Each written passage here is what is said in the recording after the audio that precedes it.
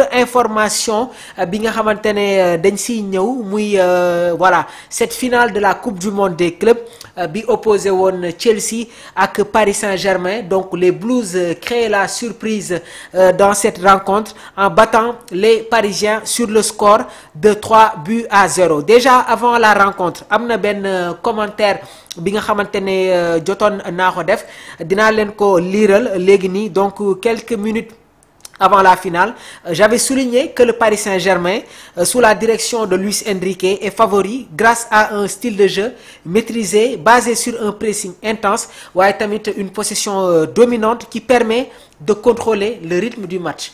Paris Saint-Germain dañuy maîtriser seen match waaye ñoom tamit dañuy contrôler le rythme du match. Donc l'équipe parisienne gis nañ ko mu afficher une grande solidité collective waaye tamit une capacité à exploiter les espaces rapidement en attaque.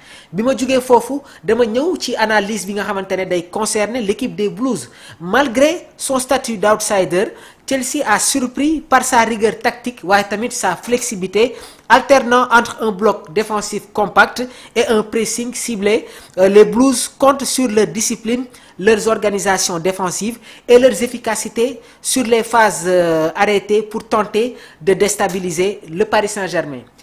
Communiqué bi maa ngi ko def avant match bi nga xamante ne amoon na démb diggante Paris Saint-Germain ak équipe bi nga xamante ne moom mooy Chelsea. Bi match bi jeexee j'ai fait aussi une autre publication li ma ci wax mooy une finale ne se remporte jamais d'avance et Paris Saint-Germain a malheureusement fait l'arrière expérience en sous-estimant Chelsea. Les Parisiens ont ouvert la porte à une équipe déterminée.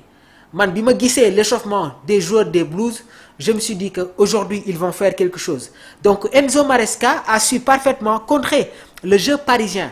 Avant la rencontre, je me demandais comment les joueurs du Paris Saint-Germain noonu la ñuy réagiraient su fekkee ñoom ñoo njëkk a encaissé le premier but, car d'habitude le Paris Saint-Germain dafay jël toujours les devants. Man avant la rencontre, question bi nga xamante ne moom laa doon posé wu mooy Chelsea su juutiwee Paris Saint-Germain, quelle sera la capacité de réaction des Parisiens dans cette finale? Félicitations aux Blues qui ont fait preuve d'un véritable esprit combatif et ñoom tamit mérité nañu complètement, pleinement cette victoire face à cette équipe du Paris Saint-Germain. On va venir sur les compos des deux équipes. On va commencer par cette équipe des Blues. Dans les buts, Robert Sanchez. Au niveau de la charnière centrale, ñu bëri jàppoon nañ ne que Trevoh Chalobah dina former la paire centrale ak Tosin Abreu bi nga xamante ne moom moo footballoon la demi-finale face à cette équipe du Fluminense. waaye match boobu noonu Colwill bokk ci woon. Mais bi ma suivre la préparation d'avant-match des Blues gis naa ne que Léo Colwill moom mooy débuté dans cette rencontre. Donc charnière des Blues, Trevoh Chalobah ak ki nga xamante ne moom mooy Léo Colwill. Comme arrière droit, Malo Gusto ak Cucurella moo football comme arrière gauche. Donc lii moo nekk la défense des Blues. Regardez qu'est-ce qui va se passer au niveau du milieu de terrain. Man j'étais pas d'accord ci le fait que Enzo Maresca muy jël Reece James di ko football au niveau de l'entrejeu des Blues. waaye démb dafa indi un milieu de terrain Moïse Caicedo, Enzo Fernandez ak Reece James. Et en attaque ñu am un trio Pedro Neto, João Pedro ak Cole Palmer. Lii moo nekk le dispositif bi nga xamante ne moom la Enzo Maresca indi ci bile match. Côté parisien, il n'y a pas eu trop de changements. Avec le forfait de William Pacho, Luis Enrique dafa indi Beraldo au niveau de la charnière centrale moom ak Marquinhos. Sur les côtés, il n'y a pas eu de changement. Achraf Hakimi, Nuno Mendes. Au niveau de leur milieu de terrain, Vitinha, João Neves, Fabian Ruiz. Et en attaque, on a le trio Désiré Doué, Visha Kvaratskhelia, le géorgien, ak ki nga xamante ne moom mooy Ousmane Dembélé. Dañuy ñëw sur le schéma tactique waaye tamit dinañ ñëw ci aspect tactique bi nga xamante ne gis nañ ko sur les deux équipes. Donc analyse tactique de Chelsea. Dès l'entame de la partie, Chelsea dafa adopter une approche très audacieuse et conquérante. C'est-à-dire Chelsea bi ñu débuté la rencontre dañu ñëw fekk ci le Paris Saint-Germain ci seen style, parce que Paris Saint-Germain su arbitre bi sifflé rek dañuy effectuer un pressing très haut. Donc Chelsea daf leen fekk ci seen mëning, c'est-à-dire Chelsea dafa effectuer li nga xamante ne moom mooy le pressing très haut, axé sur un pressing haut pour sortir le Paris Saint-Germain de sa configuration préférentiel et lui retirer son confort habituel. Pressing bii nag, ce pressing intense a étouffé le milieu parisien et j'avais fait cette précision. Pour gagner le Paris Saint-Germain, il faut impérativement remporter la bataille du milieu. Léegi xool leen lan la Enzo Maresca def dafa indi Moses Caicedo comme sentinelle mu jël ki nga xamante ne moom mooy Enzo Fernandez di ko footballoo comme relayeur et Reece James par moment daan ngeen ko doon gis muy évoluer totalement sur le côté droit des Blues.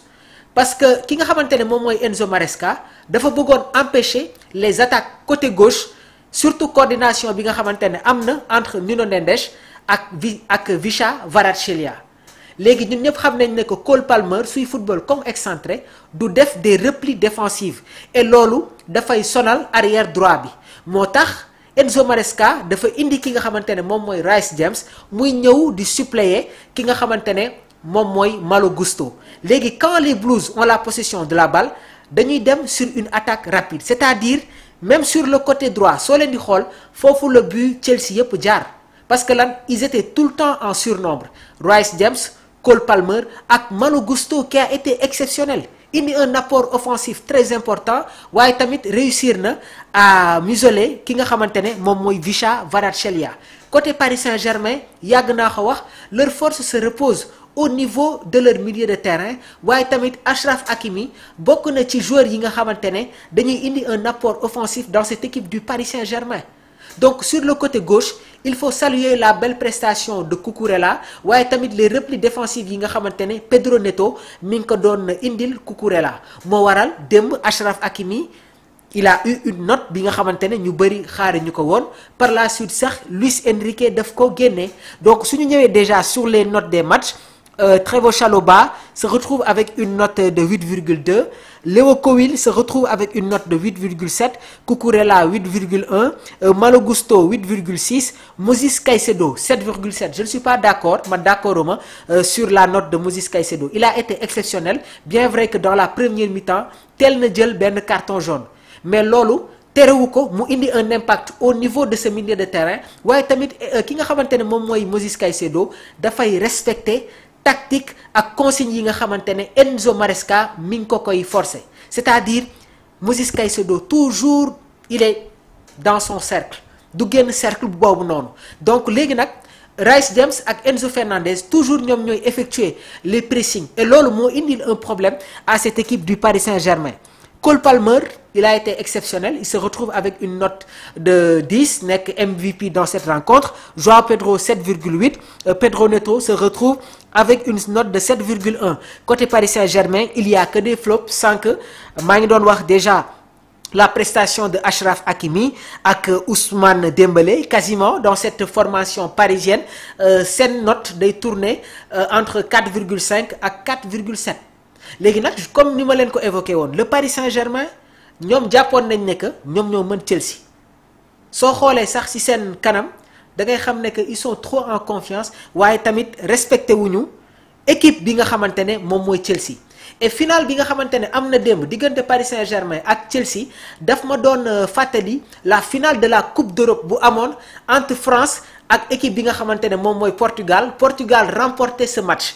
ki nga xamante ne moom mooy Quaresma nekkoon international portugais jaar Porto jaar Inter de Milan football Chelsea jaar FC Barcelone nee na ñoom avant ñuy génn ci vestiaire yi les joueurs français dañ leen doon sous-estimer waaye tamit di leen manquer confiance loolu moo gën a booster les portugais ñu ñëw remporter cette finale là face à cette équipe de la France. finale bi nga xamante ne Chelsea football na ko en 2021 face aux joueurs de Manchester City. dañuy delluwaat jël la réaction de Edouard Mendy nee na moom bu mu duggee ci vestiaire yi gis ay coéquipiers am xool seen kanam il s'est dit que on va faire quelque chose. Sénégal bi muy remporter sa Coupe d'Afrique des Nations face à cette équipe égyptienne xool leen la réaction de Abdou Diallo nee na bi mu xoolee joueurs yi xam na ne que aujourd'hui le Sénégal est venu pour remporter sa première Coupe d'Afrique des Nations. Détermination, attitude, courage dafa nekk lu am solo trop ci football et démb loolu la Chelsea wane. et man ça c'était pas une surprise cette victoire des Blues ne m'a pas surpris parce que je me suis dit que le Paris Saint-Germain gagné nañu Inter de Milan écrasé nañu le Bayern Munich.